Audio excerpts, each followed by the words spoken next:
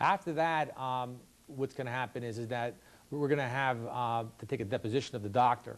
And at that point, we'll schedule a deposition and we'll go to his office and we'll have a chance to ask him questions concerning his treatment and what his opinions are concerning that patient. And let me tell you, that's probably the most important thing in workers' compensation is the doctor's opinion. 90% of it is what the doctor is able to bring to the case. Because if the doctor's not credible or if the doctor is not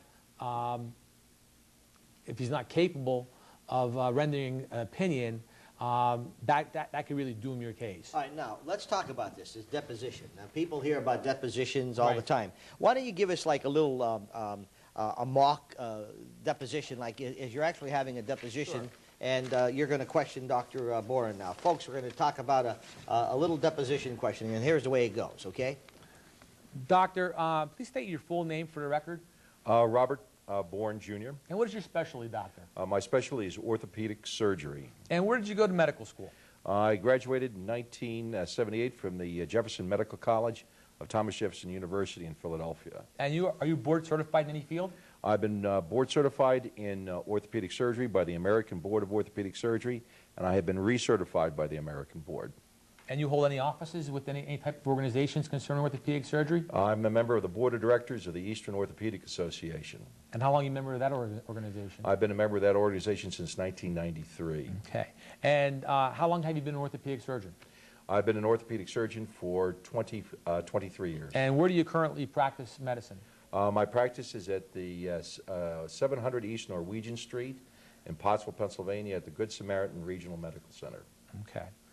And at this point, what I would do is I would qualify the doctor as an expert in the field of orthopedic surgery, and then we would go on with the questioning. That's what's happened next. Doctor, in conjunction with your practice, did you have an opportunity to treat Mr. Smith? Yes, I did. And when he first came to you, when did he first come to you, doctor? I first came to my office on October the 21st, 2005. And did you take a history from him?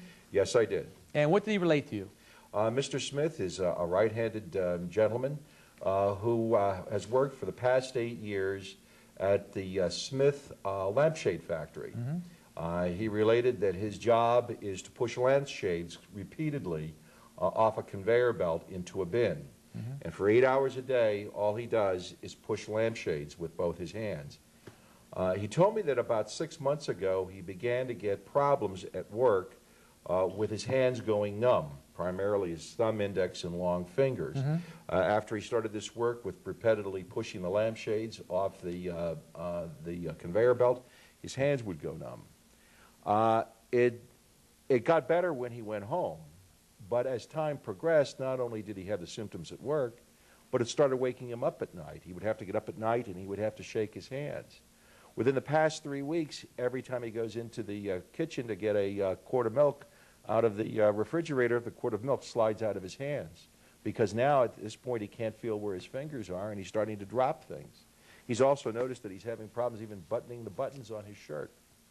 And doctor, did you do a physical examination at that first visit? At that time, we did a complete physical examination, and he was noted on examination to have what we call a positive Tinel's test.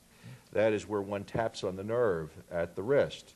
When we did that, he had electric shock-like pains shooting into his hand, primarily into the thumb, index, and long fingers. We also did another test called a Phelan's test, in which the wrists are bent.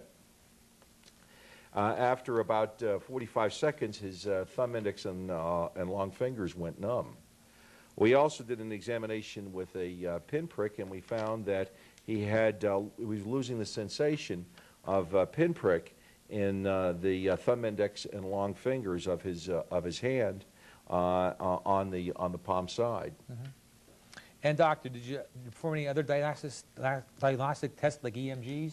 Yes, what we did is we decided to evaluate, at least on a clinical examination, it appeared to be a carpal tunnel syndrome. So what we did is we ordered electrodiagnostic studies, the EMG, which is called an electromyogram, and another test called a nerve conduction velocity test, which tests the speed at which a nerve conducts a signal from the hand up the arm. And what do those tests reveal, doctor?